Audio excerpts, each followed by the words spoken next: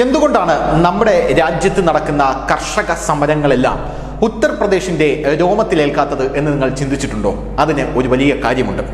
ഇന്ന് യോഗി ആദിത്യനാഥ് ഉത്തർപ്രദേശിൽ ഒരു പരിപാടി സംഘടിപ്പിച്ചു. കർഷകർക്ക് വേണ്ടിയുള്ള അമർ ഉജാല പരിപാടി എന്നാണ് ആ പരിപാടിയുടെ പേര്. പോരാത്തതിന് യോഗി ആദിത്യനാഥ് കർഷകർക്ക് വേണ്ടി എന്തൊക്കെയാണ് ചെയ്യുന്നത് എന്നുള്ള കാര്യങ്ങൾ അക്കമിട്ട് നിരത്തി തരാം. രണ്ടാമതായി, ഇന്ന് അദ്ദേഹം കർഷകരെ രാഷ്ട്രീയമായി ഉപയോഗിക്കുന്ന പല രാഷ്ട്രീയ പാർട്ടികളെയും നിശിതമായി തന്നെ ഈ അമർ ഉജാല പരിപാടിയിൽ വിമർശിച്ചിട്ടുമുണ്ട്. യോഗി കയറുമ്പോൾ കർഷകർക്ക് 17,000 കോടി രൂപയായിരുന്നു കടം ഉത്തർപ്രദേശിൽ.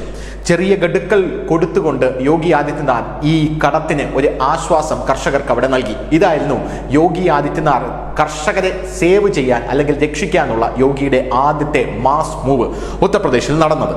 കർഷകർ ഇതോടുകൂടി ആവേശത്തിലാകുന്നത് നമുക്ക് കാണാൻ സാധിച്ചു. അവിടെ സഹായങ്ങളും ചെറുകിട ലോണുകളും അടക്കം സ്ത്രീകൾക്ക് കൊടുത്തുകൊണ്ട് അവരെ കൂടെ കാർഷിക വൃത്തിയിലേക്ക് ഇറക്കാനായി യോഗി ആദിത്യനാഥ് പ്രത്യേക പദ്ധതികളും പ്രത്യേക ശ്രദ്ധയും ചെലുത്തി എന്നിടത്താണ് ഉത്തർപ്രദേശ് എന്ന് പറയുന്ന സംസ്ഥാനത്ത് കർഷകർക്ക് വലിയ ഗുണം ലഭിക്കുന്നത്. ഇനി ഭൂമി ഗ്രാമീണർക്ക് കൃഷി ചെയ്യാൻ കൊടുക്കും. അത് ചെറുകിട കർഷകർക്കാണ് അത് കൊടുക്കുന്നത്. ഇനി ഏത് ഭൂമിയാണെന്ന് ചോദിച്ചു കഴിഞ്ഞാൽ യോഗി ആദിത്യനാഥ് അനധികൃതമായി ഭൂമി പിടിച്ചു എന്ന് നമ്മൾ പലപ്പോഴായി കേൾക്കാറുണ്ട്. ഈ ഭൂമിയാണ് യോഗി ആദിത്യനാഥ് ചെറുകിട കർഷകർക്ക് കൃഷി ചെയ്യാനായി പാട്ടക്കരാറിൽ കൊടുക്കുന്നത് എന്ന് നമുക്ക് മനസ്സിലാവും. ഇനി ഈ ഭൂമി പിടിക്കുമ്പോൾ അവിടെ ഏറ്റവും അധികം സന്തോഷിക്കുന്നതും ഉത്തർപ്രദേശിലെ കർഷകരും ഉത്തർപ്രദേശിലെ ജനതയുമാണ്. കാരണം ചെറുകിട കർഷകർക്ക് ആ ഭൂമി കൃഷി ചെയ്യാൻ വിട്ടുകിട്ടും എന്നുള്ളത് തന്നെയാണ്. ഇനി വൻകിട കമ്പനികൾ വളവുമായി ഉത്തർപ്രദേശിൽ എത്തിത്തുടങ്ങി. യോഗി ആദിത്യനാഥ് വരുന്നതിന് മുൻപ് അവിടെ മറ്റു പാർട്ടികൾ ഭരിച്ചിരുന്നപ്പോൾ വളത്തിനായി പഞ്ചാബിലേക്ക് കൈനീട്ടേണ്ട ഒരു സാഹചര്യമായിരുന്നു അവിടെ ഉണ്ടായിരുന്നത്. ഇത് കർഷകർക്കെല്ലാം വലിയ രീതിയിലുള്ള അസ്വാരസ്യം അവിടെ സൃഷ്ടിച്ചിരുന്നു. എന്നാൽ ഇപ്പോൾ കർഷകർ വളത്തിനായി പഞ്ചാബിലേക്ക് പോവേണ്ട ആവശ്യമില്ല. മറിച്ച് പഞ്ചാബിലെ ആൾക്കാർ വളത്തിനായി ഉത്തർപ്രദേശിലേക്ക് വരേണ്ട സാഹചര്യമായി യോഗി ആദിത്യനാഥ് വന്നതിനു ശേഷം ഉത്തർപ്രദേശിൽ. ഇനി എത്തനോൾ എന്ന് പറയുന്ന ആ ഒരു ഗ്യാസ് കൂടെ അല്ലെങ്കിൽ പെട്രോളിൽ ചേർക്കുന്ന പുതിയ തരം പെട്രോൾ കൂടെ വന്നു കഴിഞ്ഞാൽ ഉത്തർപ്രദേശിന് കോളടിക്കും. അത് എന്താണെന്ന് ഞാൻ വഴിയെ പറയാം. അമർ ഉജാല പദ്ധതിയിൽ യോഗി ആദിത്യനാഥ് ഒരു പ്രഖ്യാപനം നടത്തിയിട്ടുണ്ട്. അവിടെ ഉത്തർപ്രദേശ് ഏതിലൊക്കെയാണ് നമ്പർ 1 ആയി മാറിയിരിക്കുന്നത് എന്ന് യോഗി ആദിത്യനാഥ് പറഞ്ഞിട്ടുണ്ട്. ക്ഷീര വിപ്ലവത്തിന് വലിയ പ്രാധാന്യമാണ് യോഗി ആദിത്യനാഥ് അവിടെ കൊടുത്തിരുന്നത്. യുപിയിലെ പാൽ ഉൽപ്പന്ന രംഗം അത് ഗുജറാത്തിനെ മറികടന്നാൽ പോലും നമുക്ക് അത്ഭുതപ്പെടേണ്ടതില്ല. അത്രയും വലിയ രീതിയിലാണ് ക്ഷീര കർഷകരെ യോഗി ആദിത്യനാഥ് പോറ്റുന്നത് അല്ലെങ്കിൽ പരിപാലിക്കുന്നത്. ഇതാണ് സാധാരണ കർഷകരെ യോഗി ആദിത്യനാഥിന്റെ അടുത്തോട്ട് ചലിപ്പിക്കുന്നത്.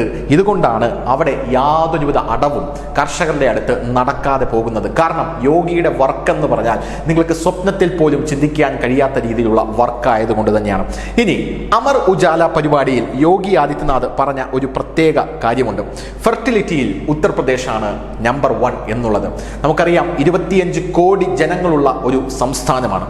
ആ 25 കോടി ജനങ്ങളുള്ള ഒരു സംസ്ഥാനത്തിൽ ഏതെങ്കിലും ഒരു മേഖലയിൽ അവരെ ഒന്നാമതെത്തിക്കണമെങ്കിൽ അതിന് ചെറിയ പ്രയത്നം പോരാ എന്ന് നമുക്ക് കൃത്യമായിട്ട് അറിയാം. അവിടെയാണ് യോഗി ആദിത്യനാഥ് ഫെർട്ടിലിറ്റിയിൽ നമ്മൾ നമ്പർ 1 ആണ് എന്ന പ്രഖ്യാപനം നടത്തിയിരിക്കുന്നത്. കരിമ്പ് ഉൽപാദനത്തിൽ UP 1-ാം സ്ഥാനത്താണ്. യുപിയിൽ കരിമ്പ്, ചോളം, ഉരുളക്കിഴങ്ങ് എന്നിവയുടെ ഉൽപാദനത്തിൽ ക്രമാനുഗതമായ വർധനയാണ് ഉണ്ടായിരിക്കുന്നത്. ഇതാണ് ഞാൻ നേരത്തെ പറഞ്ഞത്, എത്തനോൾ എന്ന് പറയുന്ന പെട്രോൾ അത് വന്നു കഴിഞ്ഞാൽ UPക്ക് കോളടിക്കുമെന്ന്. കാരണം കരിമ്പ് ഉൽപാദനത്തിൽ UP നമ്പർ 1 ആയതുകൊണ്ട് തന്നെ ഈ കരിമ്പിന്റെ ചണ്ടിയിൽ നിന്നാണ് എത്തനോൾ എന്ന് പറയുന്ന പെട്രോളിന്റെ പ്രധാന ഘടകം എടുക്കുന്നത്, അഥവാ റോ മെറ്റീരിയൽസ് വരുന്നതും.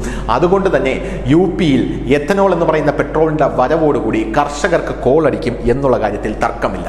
ഇനി അമർ ഉജാല പരിപാടിയിൽ യോഗി ആദിത്യനാഥ് എടുത്തു പറഞ്ഞ കാര്യം, രാജ്യത്തെ പല രാഷ്ട്രീയ പാർട്ടികളും കർഷകരെ മാത്രം ഉപയോഗിക്കുന്നത് ഖേദകരമാണ്.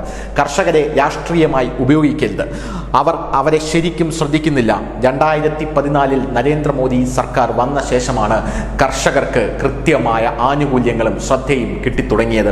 ഇതുകൊണ്ട് തന്നെയാണ് ഇത്തരത്തിലുള്ള കർഷക സമരങ്ങൾ ഒന്നും തന്നെ ഉത്തർപ്രദേശിൽ ഏശാതെ പോകുന്നത്. രാകേഷ് ടിക്കായത്തടക്കമുള്ള കർഷക സമര നേതാക്കൾ താറെടുത്ത് ഉത്തർപ്രദേശിൽ ഇറങ്ങിയെങ്കിലും അവരൊക്കെ കണ്ടം വഴി ഓടേണ്ട സാഹചര്യവും ഉത്തർപ്രദേശിൽ ഉണ്ടായത്. അതിന് കാരണം യോഗി ആദിത്യനാഥാണ്. യോഗി ആദിത്യനാഥിന്റെ അഹോര പ്രയത്നമാണ്, വർക്ക് തന്നെയാണ്. News desk, news India Malayalam.